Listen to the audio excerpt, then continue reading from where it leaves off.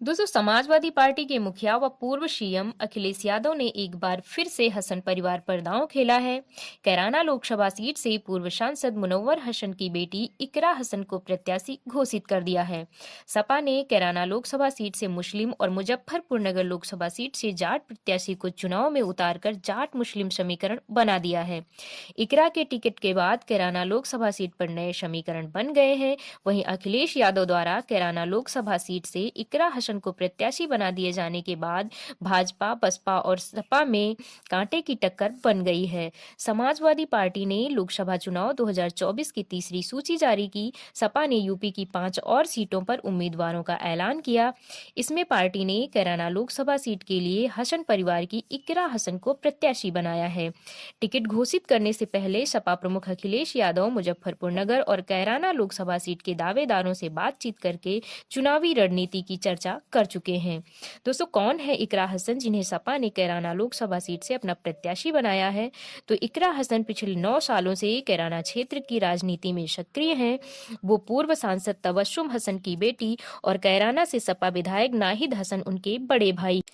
इकरा हसन ने लंदन की यूनिवर्सिटी से कानून की शिक्षा हासिल की। बताया गया कि वर्तमान में इकरा हसन सपा से कैराना लोकसभा प्रभारी हैं।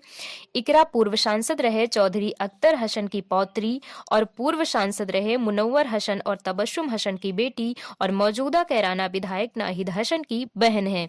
पिछले काफी समय से इकरा हसन कैराना लोकसभा सीट पर चुनाव की तैयारियों में जुटी हुई थी।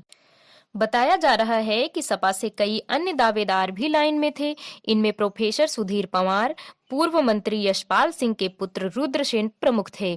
हालांकि सपा नेता रुद्रसेन ने कैराना लोकसभा चुनाव में सपा हाईकमान के फैसले का स्वागत किया है और पार्टी प्रत्याशी का समर्थन करने की बात कही है। भाजपा से वर्तमान में सांसद प्रदीप चौधरी कैराना लोकसभा सीट पर काबिज हैं। इस बार भी वह भाजपा से कैराना लोकसभा सीट से टिकट की लाइन में हैं। भाजपा ने रालोद के साथ गठबंधन के निर्णय के बाद लोकसभा चुनाव 2024 के प्रत्याशियों की सूची जारी नहीं की है।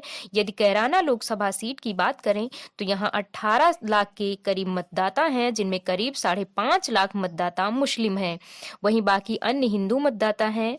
इकरा को प्रत्याशी घोषित करने के बाद राजनीतिक पंडित गणित निकालने में जुट गए हैं।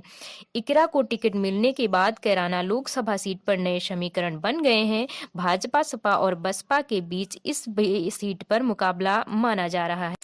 कैराना लोकसभा प्रत्याशी घोषित होने के बाद इकरा हसन ने कहा कि वह अभी चुनावी संपर्क कर रही थीं और 1-2 दिन में चुनाव प्रचार अभियान शुरू कर देंगी। उन्होंने कहा कि वह मजबूती से लोकसभा चुनाव लड़ेंगी और चुनाव जीतना उनकी पहली प्राथमिकता है।